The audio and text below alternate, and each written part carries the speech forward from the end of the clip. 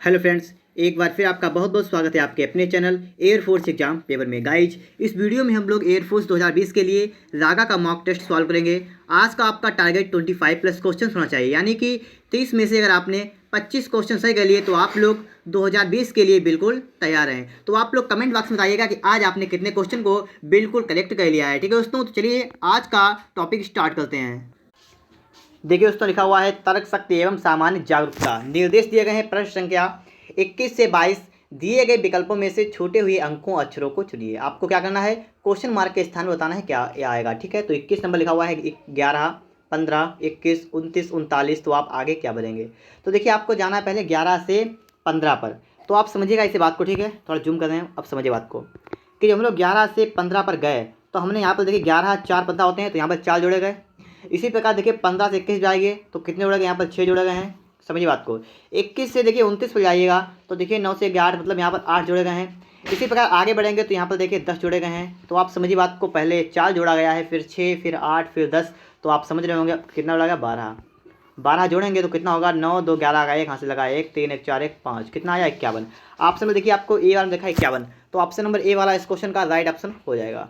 देखिए इसके बाद में नंबर 22 नंबर। और अगर आपने रागा के प्रैक्टिस सेट जो है मतलब मॉक टेस्ट सॉल्व नहीं किए हैं नंबर 1 नंबर 2, तो आप लोग चैनल की प्लेलिस्ट में जाइए, वहाँ से अगर आप वो भी सॉल्व कर लीजिए, जिससे कि आपको जो है एयरफोर्स की तैयारी बहुत अच्छी तरीके से हो जाएगी।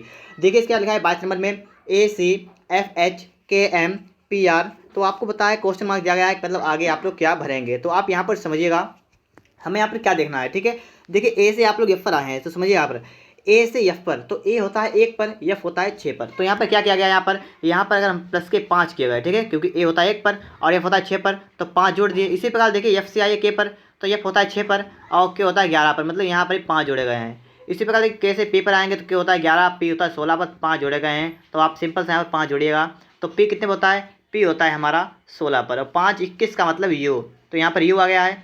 अब देखिए बात होगी उससे आगे क्या करेंगे। अब देखिए यहाँ पर ए से आए लोग 3 पर, तो इन्होंने क्या किया, ए होता है 1 पर, सी होता है 3 पर, तो यहाँ पर इन्होंने प्लस का 2 किया है। इसी प्रकार देखिए एफ से एच पर आए तो प्लस का 2 करेंगे, के से एम पर आए तो प्लस का 2 हुआ, यहाँ पर पी से आर पर आए तो 2 हुआ, तो यहाँ पर भी आपको 2 जोड़ देना है। जब आप यू में 2 जोड़ेंगे तो मतलब 21 में 2 जोड़ेंगे तो हो जाएंगे 23, और 23 के लिए हमारा होता है डब्लू, तो यू डब्लू आ जाएगा। तो आपका देखिए ऑप्शन नंबर ए में रखा है यू डब्लू, तो ऑप्शन नंबर ए वाला इस क्वेश्चन का राइट ऑप्शन होगा ऑप्शन नंबर ए। देखिए इसके बाद में 23 नंबर क्वेश्चन आपके सामने आ गया है। लिखा हुआ है कि यदि फ्यूचर के लिए आपके लिए दिया गया है, ये लिखा जाए तो जो है नेचर के लिए आप लोग क्या लिखेंगे। तो समझिएगा एफ यू और टी यू और आर ई, इसके लिए क्या लिखा है, यू एफ और टी यू और ई आर। देखिए इन्हें चेंज कर दिया है, इसे चेंज किया है, लेकिन ये वाले हमारे सेम रहे। इतनी बात तो आप समझ गए होंगे। तो हमें वही करना है, लिखना है NATURE, और आपको क्या करना है, इसे चेंज करना है तो हो जाएगा AN। बकाया 2 सेम रहेंगे, टी यू जो सेम रहेगा, और ये चेंज होगा हमारा हो जाएगा ER। आपको चेक करना है किस ऑप्शन में आपको इस प्रकार देखा ANTUER, ANTUER। देखिएगा ANTUER जो है ऑप्शन नंबर सी वाले में है, तो 23 नंबर का ऑप्शन नंबर सी वाला करेक्ट हो जाएगा। इसके बाद देखिएगा नेक्स्ट क्वेश्चन है नंबर 24। यदि टी को 100 के रूप में कूटबद्ध किया जाता है तो आप फैट को किस प्रकार कूटबद्ध करेंगे। ठीक है, टी को 100, देखिए TEA लिखा हुआ है, TEA। टी होता है 20 नंबर पर, ई होता है 5 पर, और ए होता है 1 पर।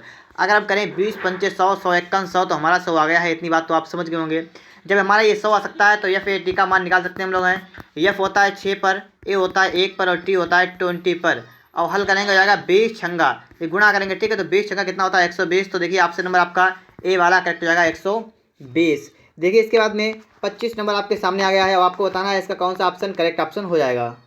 यदि ए गुणा को निरूपित करता हो, बी भाग को निरूपित करता हो, सी प्लस को निरूपित करता है, और डी माइनस को निरूपित करता है, तो 2A8 D5 C9 और B3 का मान ज्ञात करें। ठीक है, तो आपको यहाँ पर ए का मान जैसे लिखा हुआ है 2, तो हम लिखेंगे 2।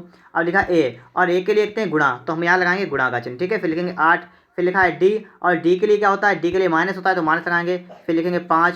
फिर लिखा है सी, और सी के लिए प्लस है तो प्लस लगाएंगे। फिर देखिए लिखेंगे 9, और बी लिखा है, बी के लिए है भाग, तो भाग 3। इतना तो आप समझ गए होंगे। अब देखिए पहले भाग हल करते हैं। ठीक है, तो भाग हल करेंगे, यहाँ जाएगा 3, तो गुणा भी कर लेंगे साथ में, तो 8 दूनी 16 होता है, माइनस का 5 और प्लस का 3 हो जाएगा यहाँ पर। ठीक है, देखिए 16 से 5 कितना बचा, 11, 11 3 कितना हुआ, 11 प्लस 3 मतलब समझ गए होंगे आप लोग कितना हो रहा है, 14 हो रहा है। ऑप्शन में देखिएगा डी वाले में देखा है 14, तो ऑप्शन नंबर डी इस क्वेश्चन का राइट ऑप्शन हो जाएगा। ठीक है, ऑप्शन नंबर डी इसका करेक्ट हो जाएगा। इसके बाद देखिएगा 26 नंबर आपके सामने आ गया है, लिखा है APPROPRIAT। ठीक है, तो आपको क्या बताना है, यहाँ पर लिखा है कि अक्षरों का उपयोग करके निम्नलिखित में से कौन सा शब्द नहीं बनाया जा सकता है, कि ये शब्द आपके सामने 4 लिखे हैं, इनमें से कौन सा शब्द है जो इनसे नहीं बनाया जा, मतलब जो इसमें नहीं हो। ठीक है, तो देखिए पहले देखेंगे हम लोग, लिखा है पी, तो देखिए पी रखा है, फिर आई देखिए यहाँ पर है, आर ये है, फिर ए टी ये लिखा है। ठीक है, तो पहला तो बन गया हमारा। अब देखिए बी वाला चेक करेंगे, लिखा है ए, तो ए लिखा है, डबल पी भी दे रखा है, आर भी दे रखा है, ओ भी दे रखा है। ठीक है, ये तो इतना मिल गया। वी देखिए वी कहाँ पर है, तो देखिएगा इसमें वी तो है नहीं कहीं पर, इस अक्षर में कहीं पर भी वी नहीं है। जब बी नहीं है तो ये वाला अक्षर हमारा नहीं बनाया जा सकता है। तो इसका राइट ऑप्शन कौन सा होगा, ऑप्शन नंबर बी वाला इस क्वेश्चन का राइट ऑप्शन हो जाएगा। देखिए इसके बाद में 27 नंबर क्वेश्चन लिखा हुआ है, 27 से 28 के लिए 60 विद्यार्थियों की एक कक्षा में लड़कों की संख्या लड़कियों की संख्या का दोगुना है। एक जांच परीक्षा में कपिल का क्रम ऊपर से 10वां है और उससे ऊपर के क्रम में 3 लड़कियां हैं। तो पूछा गया है उससे नीचे क्रम में कितने लड़के हैं। तो देखिए पहले सवाल को अच्छी तरह समझिएगा, उसके बाद जवाब दीजिएगा। लिखा है 60 विद्यार्थियों की एक कक्षा में, तो विद्यार्थी टोटल कितने हैं, 60 विद्यार्थी हैं। विद्यार्थियों में लड़का भी होगा लड़की भी होगी, ये बात क्लियर है हमारी। कह रहा है कि एक कक्षा में लड़कों की संख्या है लड़कियों की संख्या का दोगुना, मतलब क्या है कि लड़कियों की संख्या जो है वो लड़कों की संख्या से आधी है। तो देखिए 60 के 3 टुकड़े करेंगे तो 20 के टुकड़े हो जाएंगे 3, तो इसका मतलब अगर लड़कियां 20 हैं तो लड़के 40 होंगे। इतनी बात क्लियर होगी कि 60 विद्यार्थियों में से अगर 20 लड़कियां हैं तो 40 लड़के होंगे। क्यों, क्योंकि लड़कों की संख्या लड़कियों की संख्या का दोगुना है और टोटल 60 हो गए। तो इतनी बात क्लियर हो गई। अब कह रहा है एक जांच परीक्षा में कपिल का क्रम ऊपर से 10वां है। देखिए मान लीजिए ये पूरी एक क्रम दे रखा है। ठीक है, इसमें 60 बच्चे बैठे हैं। ठीक, इतनी बात क्लियर हो गई, इसमें 60 बच्चे बैठे हैं।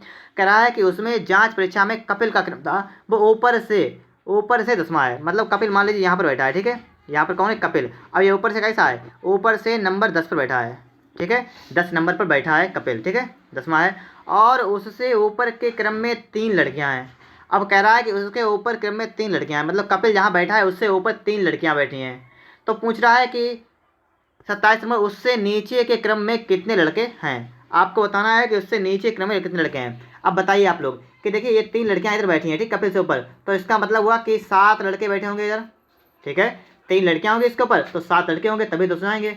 अब देखिए बात कर रहा है कि लड़के टोटल कितने हैं, 40 लड़कों में से कपिल के ऊपर बैठे हैं, कितने लड़के बैठे हैं, 7 ऊपर बैठे हैं। तो इसका मतलब हुआ नीचे जब इधर हिसाब लगाएंगे कितने बचेंगे, 33 लड़के बचेंगे इधर। ठीक है, कितने बचेंगे, 33 लड़के जो होंगे बचेंगे। तो देखिए इसका जो होगा राइट ऑप्शन होगा ऑप्शन नंबर सी वाला, कि उससे नीचे क्रम में कितने लड़के हैं, तो उससे नीचे क्रम में कितने लड़के हो जाएंगे, 33 लड़के हो जाएंगे। ठीक है, तो पहली बात क्लियर होगी आपकी। 28 नंबर पढ़िएगा क्या लिखा हुआ है, उससे नीचे के क्रम में कितनी लड़कियां हैं। अब देखिए उससे ऊपर क्रम में 3 लड़कियां बैठी हैं, तो उससे नीचे कितने हो जाएंगी, उससे नीचे देखिए ये टोटल कितनी 20 हैं, तो 3 गई कितनी होंगी, 17 बची। ठीक है, तो उसके नीचे कितनी लड़कियां होंगी, 17 लड़कियां होंगी। तो ऑप्शन नंबर देखिए डी वाला इसका करेक्ट हुआ। तो आप समझ गए होंगे अच्छे तरीके सवाल को कि 33 लड़के जो है वो नीचे होंगे और 17 लड़कियां नीचे होंगी। ठीक है, अब देखिए आगे बात करेंगे हम लोग। 29 नंबर आपके सामने आ गया, दिए गए विकल्प में से छूटी हुई संख्या याद करें। 15, 17, 19, 11, 13, 15, तो 104, 120 और क्या आएगा यहाँ पर। ठीक है, तो आपको यहाँ बताना है। देखिए कुछ लोग समझ रहे होंगे कि 15 से 2 जोड़े 17 हो गए, 17 में 2 जोड़े 19 हो गए, इसी प्रकार 11, 2, 13, 13, 2, 15, लेकिन हमारा नीचे लॉजिक नहीं लगेगा। ठीक, तो ये लॉजिक तो हमारा कैंसिल हो गया है। लॉजिक हम आपको बताएंगे वो लगेगा। यहाँ पर लॉजिक लिखने वाला है कि आप इसे 2 को देखेंगे। ठीक है, इसमें क्या लिखना आपको है वो समझिएगा। 15 है लिखा है, 15 का आप स्क्वायर करें और माइनस का आप 11 का स्क्वायर करें। 15 का होता है 225, 11 का होता है 11 11 में 121। अब आप इसे घटाएं कि 5 से गया 4, 2 से गया 0, 1, कितना आ गया, 104 आ गया है। अब आप समझ गए होंगे कि हमने क्या किया, ऊपर वाली संख्या से नीचे संख्या का वर्ग करके घटा दिया है, तो हमारा आंसर आ गया है।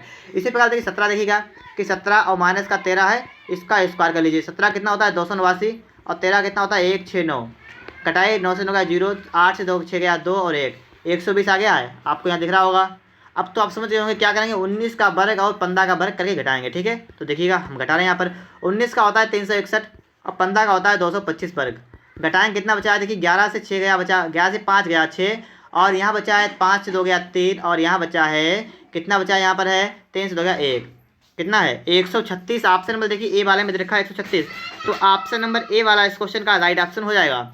समझ गए होंगे आप लोग। देखिए 29 के बाद हमारा कौन सा नंबर आएगा, 30 नंबर आपके सामने आ भी गया है। आपको बताना है इसका कौन सा ऑप्शन करेक्ट ऑप्शन होगा। देखिए इस सवाल को कैसे लगाएंगे, हमें क्या करना है, हमें ये 92 लिखे हैं अंदर बीच में, तो हमें ये 92 को लाना है। ठीक है, किस प्रकार से हम लोग लाएंगे इसे तो आप वो समझिएगा। अगर हम यहाँ पर क्या करें, 11 का स्क्वायर करें और प्लस का 14 का स्क्वायर कर लें, और माइनस का 15 का स्क्वायर कर लें, ठीक है, ये वाला माइनस में कर दें, ठीक है, तो हमारा उत्तर निकल सकता है 11 का 121, 14 का होता है 196 और 15 का होता है 225। क्या करेंगे हम, 21 जोड़ लेंगे, 6 1 7, 9 2 11 का 1 हासिल लगा 1 और 3 17 हो गया, माइनस का 225 हो गया। अब घटाई कितना बचा, 7 से 5 गया 2, और यहाँ बचा 31 से 22 क्या बचा 9, तो आपका देखिए 92 आ गया है, 92 आपको रखा है बीच में, तो इसका मतलब क्या हुआ कि ऊपर जितने दो लिखे हैं ये वाले इनका वर्ग करके और नीचे लिखा है 15 इसका वर्ग करके घटा देंगे तो हमारा आंसर आ जाएगा।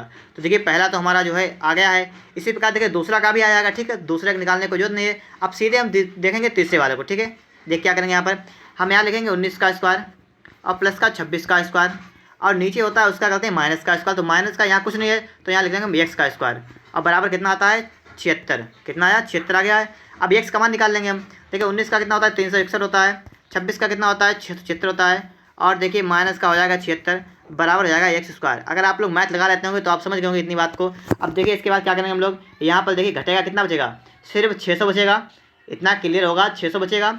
अब देखिए 361 में जब 6 से जोड़ेंगे हो जाएगा 961, 961 बराबर हो जाएगा एक्स स्क्वायर। एक्स की वैल्यू आ जाएगी आपकी कितनी आएगी 31, क्योंकि स्क्वायर को हटाएंगे हैं तो एक्स की वैल्यू आ गई 31। ऑप्शन देखिएगा आप लोग, तो ऑप्शन नंबर देखिए आपको बी में दिख रहा है 31, तो ऑप्शन नंबर बी वाला इस क्वेश्चन का राइट ऑप्शन हो जाएगा। इसका देखिएगा आप लोग 31 नंबर है। और अगर आपको अंग्रेजी के प्रैक्टिस सेट भी सॉल्व करने हैं तो आपको हमारे चैनल पर वो भी मिल जाएंगे, और मैंने रागा के प्रैक्टिस जो है 50 प्रैक्टिस पढ़ा दी हैं वो आपको वो भी हमारे चैनल पर मिल जाएंगे, ठीक है, तो 50 वो पढ़िएगा। और ये दूसरा चल रहा है, ये मॉक टेस्ट में चल रहा है, तो इसमें भी हमारा ये तीसरा वाला है, ठीक है, इससे पहले वाले वीडियो भी आप लोग देख लीजिएगा। देखिए 31 में लिखा हुआ है कि निम्नलिखित विकल्पों में से कौन न्यायाधीश चोर अपराधियों के बीच सही संबंध दर्शाता है। देखिए जो चोर होता है वो आप जानते हैं वो तो अपराधी होता है, जो चोर होगा वो अपराधी होगा, तो चोर अपराधी ये हो जाएगा, लेकिन जो न्यायाधीश होगा वो अलग होगा, ठीक है हमारा, तो इस प्रकार से बनेगा। तो ऑप्शन में देखिए ए में देखा है कि चोर अपराधी और न्यायाधीश। देखिए इसके बाद में 31 के बाद 32 नंबर दी गई उत्तर आकृति में उत्तर को चुनिए जिसमें प्रश्न आकृति निहित है। आपके सामने देखिए लिखा हुआ है, ये चित्र बना हुआ है, आपको देखना है कि आपके सामने 4 ऑप्शन है और इसमें से किस ऑप्शन में आपको ये वाली आकृति आपको नजर आ रही है, ठीक है। तो देखिएगा आप लोग इसे कैसे पहचानेंगे आप लोग, आपको देखना है कि आकृति नंबर चौथी वाले में क्या दिख रहा है, नहीं दिख रहा है तो चौथी हो नहीं सकती है। अब आप देखिएगा क्या बी वाले में आपको दिख रहा है, बी वाली आकृति में, तो देखिए बी वाले में आकृति में आपको सही दिखना है, क्या दिख रहा है, तो देखिए बी वाली आकृति में भी ये नहीं दिख रहा है, ठीक है, बी आकृति नहीं होगी हमारी। इसका देखिए सी वाली आकृति देखिएगा, सी वाली नहीं होगी, हमारी आकृति होगी ए वाली, ठीक है। आप अगर सही से देखेंगे तो आपको दिख जाएगा यहाँ पर कि ए वाली आकृति जो है इस क्वेश्चन का करेक्ट ऑप्शन होगा ऑप्शन नंबर ए वाला, ठीक है। देखिए 33 नंबर लिखा हुआ हमारा, उस उत्तर आकृति की पहचान करें जिससे प्रश्न आकृति के टुकड़ों को काटा नहीं गया है, मतलब काटा गया है, ठीक है। प्रश्न आकृति देखी है आपको और उत्तर आकृति आपको देखी है, तो आपको देखना है कि ये वाले आकृति आप किसमें रखे हैं, ठीक है। 3 आपके चतुर्भुज किसमें बन रहे हैं, देखिए पहले वाले में नहीं बन रहे हैं, बी वाले में देखिए एक ये बन रहा है हमारा है और फिर तो बन ही नहीं रहा है, ठीक है। सी वाले में देखेंगे तो हमारे देखिए ये तो बन ही नहीं रहे यहाँ पर, तो देखिए डी वाले में देखिए 3 बन रहे हैं, 1 2 3 ये बन रहे हैं, 2 टुकड़े हैं, 2 टुकड़े यहाँ पर हैं, ठीक है, तो ऑप्शन नंबर इसका डी वाला करेक्ट हो जाएगा। इसके बाद देखिएगा 34 नंबर लिखा हुआ, एक बराबर कागज़ को मोड़ने के बाद छेद किए गए हैं, खोलने के बाद इस आकृति की जो आकृति बनेगी वह किस प्रकार से होगी, ठीक है।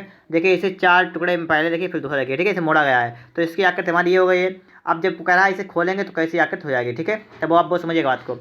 जब इसे खोलेंगे तो समझिए इस प्रकार से, देखिए ये तो हमारा ये हो जाएगा, ये गोला है थोड़ा सा है तो ये बीच में गोला जाएगा, देखिए ये वाली आकृति आपकी ऐसी थी, ठीक है। जब इसे आप खोलेंगे तो ये वाली आकृति आपकी इस तरफ ऐसी हो जाएगी, ठीक है, इतनी बात तो क्लियर होगी आपकी। अब देखिए इसी प्रकार से इधर भी हमारा ये होगा, जब इसे इधर पलटेंगे इस तरफ के लिए पलटेंगे तो ये वाली आकृति रहेगी तो ऐसी, ठीक है, रहेगी तो ऐसी इस प्रकार से, अब ऐसे यहाँ पर हो गया इस प्रकार से। तो देखिए ऑप्शन नंबर आपको सी में दिख रहा है, सी ऑप्शन इस क्वेश्चन का राइट ऑप्शन होगा ऑप्शन नंबर सी। देखिए 34 नंबर के बाद हमारा 35 नंबर लिखा हुआ है, ठीक है, सवाल को पढ़िएगा और इसका जवाब दीजिएगा आप लोग। जब दर्पण को ठीक MN पर रखा जाता है तो उत्तर आकृतियों में से कौन सी आकृति प्रश्न आकृति की सही प्रतिबिंब होगी। आपके सामने देखिए एक दर्पण बना हुआ है MN और आपको बताना है कि ये बिल्कुल दर्पण के बाद में जब इससे गुजरेगा तो हमारा कैसा हो जाएगा। तो देखिएगा ये चतुर्भुज था, मतलब इस प्रकार से था, हमारी आकृति तो ऐसी रहेगी, लेकिन देखिए जो नीचे का टुकड़ा है हमारा ये वाला कहाँ पर जाएगा, ये वाला जाएगा ऊपर की तरफ, ठीक है, इस प्रकार से ऊपर की तरफ चला जाएगा और ये बिंदु हमारा बीच का बीच में आ जाएगा। तो आपको पहले तो देखना है किस में है, तो देखिए ना तो ये वाला हमारा ए वाले में है ना ही हमारा डी वाले में है, तो दो तो हमारे गलत हो गए। और इसके बाद में चेक करना है कि ये वाला हिस्सा जो है हमारा वो रहेगा तो इसी साइड में, आपको इतना पता होगा वो रहेगा तो इसी साइड में हमारा, तो इसका मतलब ऑप्शन सी वाला करेक्ट होगा और बी वाला भी हमारा गलत हो जाएगा, ठीक है। अब देखिए इसके बाद 35 नंबर हमारा हो गया है और 35 नंबर के बाद अब जानते हैं कि 35 के बाद हमारा 36 आता है। तो अब देखिएगा 36 नंबर आपके सामने आ रहा है, अब आपको यहाँ पर बताना है इसका कौन सा ऑप्शन जो है करेक्ट ऑप्शन होगा, ठीक है। लिखा है 5 कुर्सियों और 3 टेबलों का कीमत 3100 10 रुपये है। एक कुर्सी की कीमत एक टेबल की कीमत से 210 रुपये अधिक कम है। 2 टेबलों और 2 कुर्सियों की कीमत क्या होगी? ठीक है, सवाल को आपने पढ़ लिया होगा। अगर हम यहाँ पर मान लेंगे कि कुर्सियों की कीमत हमारी है 100 रुपये और टेबल की मूल जो कीमत है वो हमारी बाय मान लेंगे। ठीक है, इतनी बात समझ गए आप लोग कि कुर्सियों की कीमत मानेंगे 100 रुपये और टेबल की कीमत मानेंगे हम लोग 22 रुपये। तो आप समझिएगा, लिखा है 5 कुर्सियाँ, तो 5 कुर्सियों का मतलब क्या होगा? 5 कुर्सियों का मतलब हो जाएगा 5x और कह रहा है 3 टेबल मतलब 3 बाई। इसका रुपये कितना टोटल है? 3110 रुपये है। इतनी बात ये हो गई। फिर कह रहा है कि एक कुर्सी की कीमत, तो एक कुर्सी की कीमत हमारी थी 100 रुपये, तो x जो है वो एक टेबल की कीमत से 210 रुपये अधिक कम है। ठीक है, 210 रुपये अधिक कम है कि टेबल से जो कुर्सी की जो कीमत है वो टेबल से कम है। तो इसका मतलब टेबल है हमारी 22 रुपये की, तो 22 से कम है, तो 22 से कम कितनी है? 210। तो देखिए हमारे सामने 2 समीकरण बन गए। ठीक है, पहला बन गया, दूसरा बन गया है। आपको इन दोनों को हल करना है और आपको x बाई का मान निकाल लेना है, उसी हिसाब से आपका सवाल लग जाएगा। ठीक है, तो देखिए क्या करेंगे हम लोग यहाँ पर, वो बात आप लोग समझिएगा यहाँ पर। तो देखिए हम लोग क्या क्या करना है, हम लोग यहाँ पर इस वाले समीकरण में हम लोग 5 से गुणा कर लेंगे। ठीक है, तो देखिए कितना आएगा आपका निकल के, वो मैं आपको इधर दिखा रहा हूँ। ये है 5x प्लस का 3 बाई बराबर आपको दे रखा है 3110 दे रखा है। और आपका यहाँ पर हो जाएगा कि 5x बराबर हो जाएगा, मतलब देखिए ये वाला बाई वाला है, अगर आप चाहें तो बाई का इधर लाएंगे तो हो जाएगा माइनस का बाई हो जाएगा, तो माइनस का हो जाएगा 5 बाई और बराबर कितना हो जाएगा? बराबर हो जाएगा हमारा माइनस का 1050। इतनी बात समझ रहे हैं आप लोग हैं। अब देखिए इसे हल करेंगे।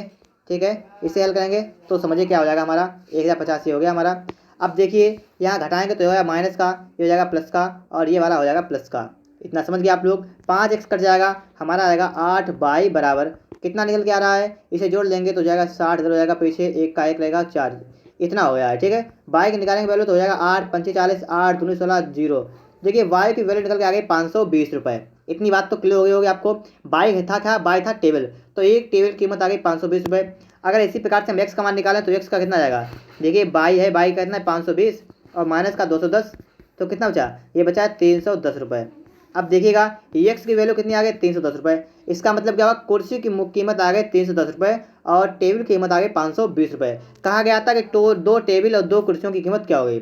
2 टेबल और 2 कुर्सियों की कीमत क्या हो गई? देखिए अब इस सवाल को हटा रहे हैं, फिर से देखिए इधर यहाँ पर क्या हो गया था कि एक्स की वैल्यू कितनी निकल के आ गई? 310 रुपये निकल आई थी और वाई की वैल्यू निकल के आ गई है 520 रुपये। अब देख क्या कह रहा है कि 2 टेबल 2 कुर्सी, इसका मतलब 2x और प्लस 2y, इसकी वैल्यू आपको निकालनी है। तो देखिए क्या हो जाएगा यहाँ पर, आपको क्या करना है? 2 कॉमन लेना है और इन्हें सभी जोड़ देना है। 310 और 520 को जोड़ना है, कितना हो रहा है देखिएगा यहाँ पर 0 2 1 3 5 3 8 और गुणा 2, तो कितना हो जाएगा आपका? 0 का 0, 3 दूनी 6, 8 दूनी 16, कितना हुआ? 1660 रुपये हुआ। तो आप देखिएगा ऑप्शन नंबर आपको ए वाले में दिख रहा है कितना दिखा? 1660। तो ऑप्शन नंबर ए इस क्वेश्चन का राइट ऑप्शन हो जाएगा। इसके बाद देखिएगा 37 नंबर क्वेश्चन आपके सामने आ गया है, समझिए इसे। लिखा है राम रोहन और राज की वर्तमान आयु के बीच अनुपात जो है 3:4:5 है। उनकी वर्तमान आयु का औसत 28 वर्ष है। 5 वर्ष बाद राम और रोहन की आयु का योग मिलकर योग क्या होगा? ठीक है, तो राम रोहन राज की आयु आपको दे रखी है 3x 4x 5x। आप यहाँ पर क्या करिएगा? हम इसे x मान लेंगे तो हो जाएगी 3x हो जाएगी, एक हो जाएगी 4x हो जाएगी 5x। इतनी बात तो क्लियर हो जाएगी आगे भी। और कह रहा है वर्तमान आयु का औसत 28 वर्ष है। आप जानते हैं औसत बराबर होता है पदों का योग बटे पदों की संख्या। इसका मतलब इन सभी को जोड़ेंगे, बटे में 3 करेंगे तो बराबर हो जाएगा 28 के। क्लियर, इतनी बात हो गई। तो क्या करेंगे हम लोग यहाँ पर, हम इसे जोड़ देंगे, कितना हुआ? 3 और 4 7, 7 5 कितना हुआ? 12। तो क्या लिखेंगे? 12x और बराबर लिखेंगे 3 गुणा 28। क्यों? क्योंकि औसत रखा था 28, तो 28 और गुणा 3 कर देंगे। हमें x का मान निकालना। देखिए x कितना हो जाएगा आपका, तो समझिए यहाँ पर देखिए 3 से काटेंगे 3 चक्कू 12 हो जाएगा और 4 से काटेंगे 4 7 28, तो आपका निकल के आ गया 107। इतनी बात क्लियर हो गई आपकी। अब आपसे पूछा गया है कि 5 वर्ष बाद राम कितनी थी? राम 3x थी और रोहन कितनी? 4x। तो आप क्या करना है? लिखना है 3x और 4x, वैल्यू निकालनी है। तो 7 या 21, तो इसकी हो जाएगी 21 और इसकी वजह से हो जाएगी 28 वर्ष। ठीक है, इतना क्लियर हो गया। लिखा है कि 5 वर्ष बाद इनकी आयु का योग कितना होगा? 5 वर्ष के बाद जोड़ना है, तो देखिए +5 करेंगे इसमें भी और +5 करेंगे इसमें भी और सबको जोड़ेंगे, आपका आंसर निकल के आ जाएगा। देखिए 5 1 6 और 2 का 2 हुआ और प्लस के 8 3 8 5 13 का 3 से लगाया 33 हो गया और जोड़ेगा 6 3 हुआ 9 और 3 2 हुआ 5, तो टोटल योग निकल गया 5 9 मतलब 59। तो देखिए 59 आ गया है। तो ऑप्शन नंबर देखिए डी में आपको दे रखा है 59, तो ऑप्शन नंबर डी इस क्वेश्चन का राइट ऑप्शन होगा, ऑप्शन नंबर डी। इसके बाद देखिएगा 38 नंबर क्वेश्चन है आपके सामने लिखा हुआ है एक वृत्त और एक आयत का क्षेत्रफल 1166 वर्ग सेमी है। इसका मतलब क्या है कि वृत्त और आयत का क्षेत्रफल का योग आपको दे रखा है 1166। फिर कह रहा है वृत्त का व्यास 28 सेमी है वृत्त का व्यास कितना 28 सेमी है, तो इसकी त्रिज्या कितनी हो जाएगी, त्रिज्या हो जाएगी देखिए 28 का आधा 14 हो जाएगी। इतनी बात क्लियर हो गई। अगर इसका हम निकालेंगे क्षेत्रफल, क्या होता है पाई आर इसका होता है वृत्त का क्षेत्रफल कितना होगा, पाई का मान कितना होता है समझिए आप लोग, 22/7 होता है गुणा 14 और गुणा 14, इतना करेंगे हम लोग। देखिए 7 से काटेंगे 7 दूनी 14। अब आपको हल करना है कि हो जाएगा 44 गुणा 14। अब आपको इसका निकालना है क्षेत्रफल, तो इसकी गुणा करेंगे आएगा निकल के 616। ठीक है, इतनी बात हो गई क्लियर। आप लोग कहाँ पे निकालिए, कलम निकालिएगा उस पर नोट करते जाइएगा ताकि अभी हम हटाएंगे तो आपको कोई समस्या ना हो। ठीक है, तो देखिए 616 आ गया है। अब देखिए दोनों का क्षेत्रफल था 1166। अब यहाँ पर निकालेंगे हम आयत का क्षेत्रफल। तो आयत का क्षेत्रफल निकालने के लिए हमें सिंपल से निकालना पड़ेगा 1166 से हमें 616 जो है घटा देना है। घटाए 0 बचेगा, 6 से गया 5 बचेगा, और फिर 11 से 6 गया कितना बचेगा आपका बचेगा 5। ठीक है, तो कितना हो गया 550 इसका क्षेत्रफल निकल के आ गया है। ठीक है, 550 वर्ग सेमी। कह रहा है कि आयत की लंबाई है 25 सेमी। ठीक है, तो आप देखिए इससे आपको चौड़ाई निकालनी है। निकालिए क्या होगा, क्षेत्रफल बटे लंबाई, तो क्षेत्रफल 550 बटे लंबाई कितनी है 25। 25 से काट लीजिएगा, 25 दूनी 50, 5 25 दूनी 50। देखिए चौड़ाई भी आपके सामने निकल के आ गई। चौड़ाई कितनी आ गई है 22। इतनी बात तो आपकी क्लियर हो गई होगी। ठीक है, चौड़ाई लंबाई पता आपको है, वृत्त की और व्यास जो वृत्त की त्रिज्या है वो पता आपको है, इतनी बात पता लग गई है। अब इसे हम हटा रहे हैं और आपका उत्तर बता रहे हैं कितना आएगा। ठीक है, समझिएगा। यहाँ पर कह रहा है कि वृत्त की परिधि और आयत के परिमाप का योग क्या होगा, तो आपको पहले वृत्त की परिधि निकालनी होती है 2πr। हल करेंगे हो जाएगा 2 गुणा 22/7 और गुणा आर कितना था, आर था 14। हल करेंगे कितना आएगा 7 1 7 7 दूनी 14, तो जब 22 दूनी 44 दूनी कितना होता है 88, तो आपका 88 तो ये आ गया है। ठीक है, 88 ये आ गया है। अब आप बात करेंगे आयत के परिमाप की, क्या होता है 2 इंटू लंबाई प्लस चौड़ाई। लंबाई कितनी है, लंबाई है 25, चौड़ाई कितनी है, तो चौड़ाई हमारी कितनी आई थी आपको याद होगा, चौड़ाई आई थी 22। ठीक है, तो ये वाला कितना हुआ 2 गुणा और ये कितना हो गया है 5 2 7 47। 47 गुना करना है 7 दूनी 14 का 4 हाथ से लगा 1 और ये 94। अब आपको करना है क्या, योग करना है। ठीक है, आप सोच रहे होंगे सवाल लंबा हो गया, लेकिन कोई समस्या नहीं है। सवाल लगना चाहिए, चाहे लंबा हो छोटा है, बहुत जल्दी लगेगा अगर आप प्रैक्टिस करते रहेंगे तो। देखिए 8 4 12 का 2 हाथ से लगा 1 और 8 8 16 17 1 18, 182 आपका निकल के गया है। ऑप्शन नंबर देखिए बी में दिख रहा है 182, तो ऑप्शन नंबर बी इस क्वेश्चन का राइट ऑप्शन होगा। ठीक है, ऑप्शन नंबर बी वाला इसका करेक्ट ऑप्शन हो गया है। इसके बाद देखिएगा 38 के बाद हमारा 39 नंबर क्वेश्चन लिखा हुआ है। रमण को एक परीक्षा में 456 अंक मिले, इसी परीक्षा में सीता को 5% अंक मिले जो रमण से 24 कम है। देखिए यहाँ पर 5 हैं तो 5% नहीं होगा हमारे यहाँ पर ये वाला गलती हो गई होगी यहाँ पर टाइप करने में, यहाँ पर होगा 54%। ठीक है, समझिएगा आपको 5 नहीं, यहाँ पर कितना है 54% अंक मिले हैं। ठीक है, जो रमण से 24 अंक कम है। तो देखिए सबसे पहले आप देखेंगे यहाँ पर रमण को अंक कितने मिले हैं वो समझिएगा, 456 अंक मिले हैं रमण को। अब देखिए सीता को कितने मिले हैं वो समझिए आप लोग। लिखा है कि सीता को 54% अंक मिले हैं और जो कितने कम है, जो रमण से 24 अंक कम है। तो आपको इसमें से 24 माइनस कर देना है तो पता लग जाएगा आपको कि सीता को अंक कितने मिले। तो घटाइएगा, 6 से 4 गए 2 और 5 से 2 गया 3, 432। इसका मतलब क्या हुआ, इसका मतलब हुआ सीता को 432 अंक मिले हैं। ठीक है, जो रमण से 24 अंक कम है, और सीता को टोटल कितने मिले हैं 54% अंक। तो इसका मतलब हुआ कि आपको दे रखा है कि 54% की वैल्यू कितनी है 432। इतनी बात समझिएगा। अब आपको निकालनी कितनी है, आपको 100% की वैल्यू को चाहिए। ठीक है, तो ये निकालें कैसे, लिखेंगे 432 और गुणा करेंगे 100, तो यहाँ पर देखिए गुणा करेंगे 100 कर देंगे यहाँ पर गुणा में। ठीक है, और बटे में कितना करेंगे, बटे में हो जाएगा 54। इतनी बात क्लियर हो गई होगी आपकी। अब देखिए 54 से आपको काटना है 432 को। अगर आपको 54 का टेबल याद है तो आपको बताना चाहिए कि 54 अट्ठे होता है 132। ठीक है, 54 अट्ठे कितना होता है 132। तो देखिए इसका निकल आ गया है, मतलब 100% की वैल्यू कितनी आ गई है आपकी 800। इसका मतलब टोटल अंक कितने थे, टोटल अंक थे 800। अब कह रहा है तो रमण को न्यूनतम पासिंग अंक से कितने अंक अधिक मिले। अब देखिए पासिंग अंक कितने हैं, पासिंग अंक है 34%। देखिए आपको 100% की वैल्यू 800 आपकी आ गई है। ठीक है, अगर यहाँ से हम 1% की वैल्यू देखें तो 1% के निकल के आ गए 8 रुपये, 8 अंक। ठीक है, 1% के 8 आ गए। अब देखिए यहाँ पर निकालेंगे हम लोग 34%। ठीक है, तो 34 से इसमें गुणा करेंगे कि 34 अट्ठे कितना होता है, तो आपको 34 का टेबल याद होना चाहिए कि 34 अट्ठे होता है 272। ठीक है, इतनी बात क्लियर हो गई होगी कि 34% के वैल्यू आ गए 272। अब पूछा गया रमण को न्यूनतम पासिक अंक से कितने अंक अधिक मिले। रमण को अंक मिले 456 और पासिक अंक कितना था 272। तो आप घटा लीजिएगा, आपका आंसर निकल के आ जाएगा। आंसर देखिए 6 से 2 गया बचा 4, और इसके बाद देखिएगा 15 से 7 गया कितना बचा 8 और यहाँ बचा 1, 184 अंक अधिक मिले। ऑप्शन नंबर देखिएगा, ऑप्शन नंबर ए वाले में आपको देखा है 184, तो ऑप्शन नंबर ए इस क्वेश्चन का राइट ऑप्शन हो जाएगा। ठीक है, ऑप्शन नंबर ए। 39 के बाद देखिएगा 40 नंबर लिखा हुआ है कि बहमनी साम्राज्य की स्थापना की गई थी किसके द्वारा। आपके सामने 4 ऑप्शन लिखे हुए हैं, अहमद शाह प्रथम द्वारा, अलाउद्दीन हसन द्वारा, महमूद गावा द्वारा या फिरोज शाह बहमनी के द्वारा। तो इसका राइट ऑप्शन कौन सा होगा आपको बताना है। तो इसका होगा ऑप्शन बी वाला, अलाउद्दीन हसन के द्वारा बहमनी साम्राज्य की स्थापना की गई थी। 41 नंबर आपके सामने आ गया है, आपको बताना है इसका कौन सा ऑप्शन करेक्ट ऑप्शन होगा। सती प्रथा किसके द्वारा प्रतिबंधित की गई थी। वारेन हेस्टिंग के द्वारा, लॉर्ड वेलेजली के द्वारा या लॉर्ड विलियम के बेंटिक के द्वारा या लॉर्ड डलहौजी के द्वारा। तो 41 नंबर लिखा हुआ आपका, इसका होगा right option option number C वाला, लॉर्ड विलियम बेंटिक के द्वारा सती प्रथा प्रतिबंधित की गई थी। 42 नंबर आपके सामने लिखा हुआ है, निम्नलिखित में से किस कोयले में 90% कार्बन होता है। आपके सामने चार ऑप्शन लिखे हुए हैं, एंथ्रासाइट, बिटुमिनस, लिग्नाइट या पीट। तो इसका राइट ऑप्शन होगा ऑप्शन नंबर ए वाला लिखा है, एंथ्रासाइट। ठीक है, एंथ्रासाइट में होता है 90% कार्बन। 43 नंबर, रावी नदी पर निर्मित सबसे ऊंचा बहुउद्देशीय बांध कौन सा है। भांगड़ा नांगल या कहलगांव या रणजीत सागर बांध या रिहंद बांध। तो इसका आपको बताना है, इसका होगा right option option number C वाला, रणजीत सागर बांध। इसके बाद देखिएगा 44 नंबर क्या लिखा हुआ है, निम्नलिखित में से किस राज्य को भारत का टाइगर स्टेट कहा जाता है। भारत का टाइगर स्टेट कहा जाता है, किसे कहा जाता है आपको बताना है। हिमाचल प्रदेश, गुजरात, मध्य प्रदेश या असम। तो कहते हैं मध्य प्रदेश को कहते हैं टाइगर स्टेट। ठीक है, मध्य प्रदेश। 45 नंबर, एक नाव डूब जाएगा जब यह अपने, और फिर लिखा है के बराबर जल को विस्थापित करेगा, कि अपने आयतन या अपने वजन या अपने पृष्ठीय क्षेत्रफल या अपने घनत्व के बराबर। तो आपको बताना है, तो क्या होगा इसका, बी वाला लिखा है वजन, कि एक नाव डूब जाएगा जब यह अपने वजन के बराबर जल को विस्थापित करेगा। ठीक है, तब डूब जाएगा। इसका देखिएगा 46 नंबर लिखा हुआ है, क्या लिखा है कि फरहान राजू से अधिक रन बनाता है, सिमरन नीतू से अधिक रन बनाती है, लेकिन राजू से कम रन बनाती है, तो कौन उच्चतम रन बनाता है। ठीक है, तो आपको ये चेक करना है। तो इसके लिए देखिए क्या करना पड़ेगा, आप समझिएगा इस बात को। फरहान राजू से अधिक रन बनाता है। ठीक है, फरहान क्या करता है, राजू से अधिक रन बनाता है, तो ऐसे हो जाएगा। फिर कहा है सिमरन नीतू से अधिक रन बनाती है, तो सिमरन जो है वो नीतू से अधिक, मतलब सिमरन जो है वो अधिक बनाती है, नीतू से रन बनाती है, लेकिन राजू से कम बनाती है। इसका मतलब राजू जो है वो सबसे अधिक बनाता है। ठीक है, राजू से कम बनाती है।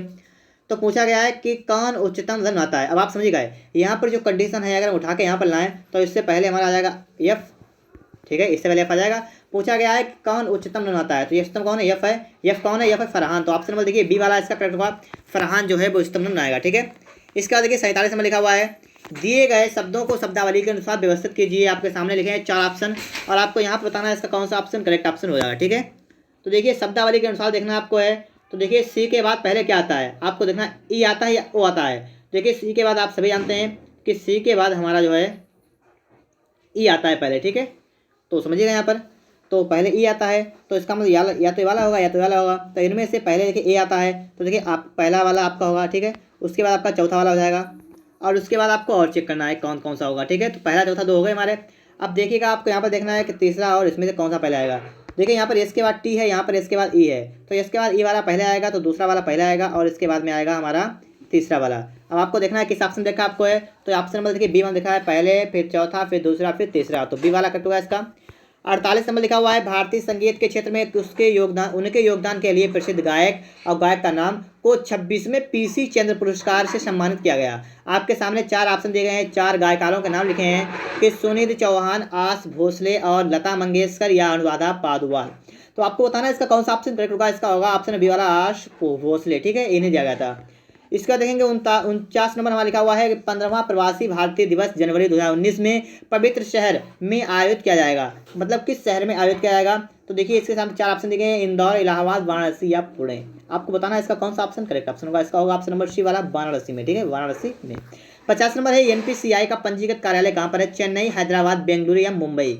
तो देखिए एनपीसीआई का मुख्यालय जो है मतलब कार्यालय कहाँ पर है, तो इसका कार्यालय है मुंबई में। तो ऑप्शन नंबर डी वाला करेक्ट हुआ। इस प्रकार से हमने आपको 30 प्रश्न हल कर दिए हैं रागा के मॉक टेस्ट। अगर आपको वीडियो पसंद आया है तो फटाफट से वीडियो को लाइक कर दीजिएगा, और अगर आपने अभी तक चैनल को सब्सक्राइब नहीं किया है तो चैनल को सब्सक्राइब करके बेल आइकन को प्रेस कर लीजिएगा। और अगर आपको रागा या इंग्लिश के प्रैक्टिस चाहिए तो वो आपको हमारे चैनल पर मिल जाएंगे। आप फटाफट से आप लोग वीडियो को जहाँ लोगों के पास शेयर भी कर दीजिए, ताकि आपके दोस्तों को भी इस वीडियो से बहुत कुछ सीखने को मिल जाए। मिलते हैं नेक्स्ट वीडियो में। वीडियो देखने के लिए आपका बहुत बहुत धन्यवाद।